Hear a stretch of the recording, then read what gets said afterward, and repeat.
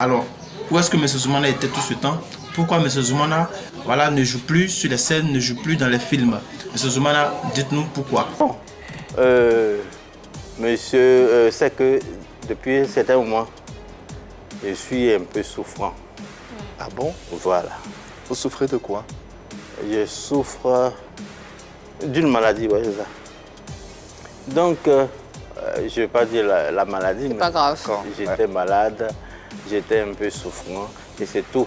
Mais je pense que Dieu faisant les choses, la santé commence à revenir.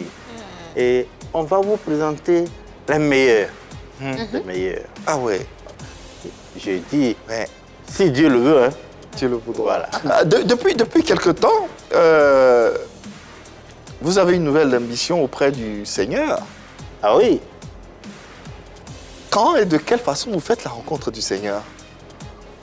Oh, depuis toujours. Depuis toujours. Depuis toujours. Depuis toujours, mais là, c'était pas beaucoup prononcé.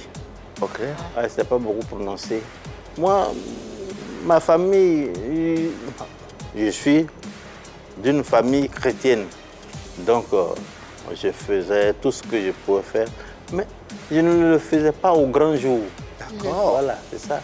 Mais quand le besoin s'est senti bien, en même temps, je suis rentré dans le lycée et puis j'ai commencé à faire la chrétienté. Voilà, c'est tout. D'accord.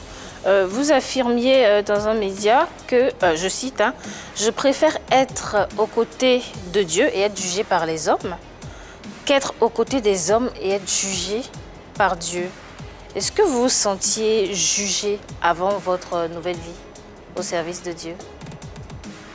Bon, c'est des phrases, hein. On fait des phrases comme ça, mais être jugé, c'est Dieu seul qui dit ce qu'on doit faire. C'est Dieu seul qui dit c'est bon ou c'est pas bon.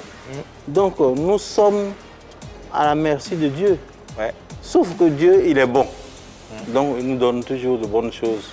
Et puis on concourt. Est-ce que dans vos prérogatives, est-ce que dans vos missions, vous avez pour objectif, je ne sais pas, d'évangéliser vos collègues comédiens? Ça aussi. Oh, oui. Entre-temps, oui, on le fait. Voilà. Vous avez déjà commencé ou vous allez le faire? Bon, il faut qu'il y ait une tribune pour qu'on puisse faire ça. Si personne ne t'écoute, tu vas parler à qui? Vous pensez que vous prêchez dans le désert? Non, mais il n'y a personne même pour écouter. Ouais. Ils sont où? Justement, où ils sont? Non, parce que eux, ils ont d'autres choses à faire. Donc, quand je peux, ceux qui viennent à moi, je leur parle de ça. Mais vous n'avez pas l'intention de fonder une église ou un ministère? Ah non, pas pour le moment. Pas pour le moment. Et je ne l'ai même pas encore fait. Donc, je ne peux pas quand même me lancer des choses de fleurs. Ok. Vas-y. Vous êtes diacre aujourd'hui, mais qu'en est-il de votre métier de comédien, de votre carrière? Ça demeure toujours. Je suis toujours comédien. Voilà. Alors, mais avec cette vocation ou cette fonction de diacre, est-ce que vous ne pensez pas pouvoir, est-ce que vous pensez pouvoir mener pleinement et librement le métier de comédien? J'imagine, je dis n'importe quoi. Le diacre que vous êtes, on vous demande d'interpréter un rôle de... Polygame? Bon, ça, il le fait déjà. Quelque chose d'un peu plus trash, je veux dire. Quelque chose d'un peu plus... Un chef de gang, ou bien un ivrogne, par exemple, ce qui est... Non, chef de gang, ce serait bien. Voilà, chef de gang, ce serait bien. Ouais, chef de gang, ou bien, je sais pas moi. Bon, je n'ai pas encore eu de rôle comme ça, mais sinon, ça me plairait de faire sortir ça. Parce que n'oublions pas que c'est de la fiction. Et à côté de ça, nous, on fait la réalité.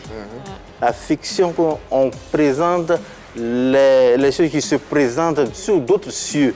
Voilà, c'est tout. Ce que nous faisons, c'est ça.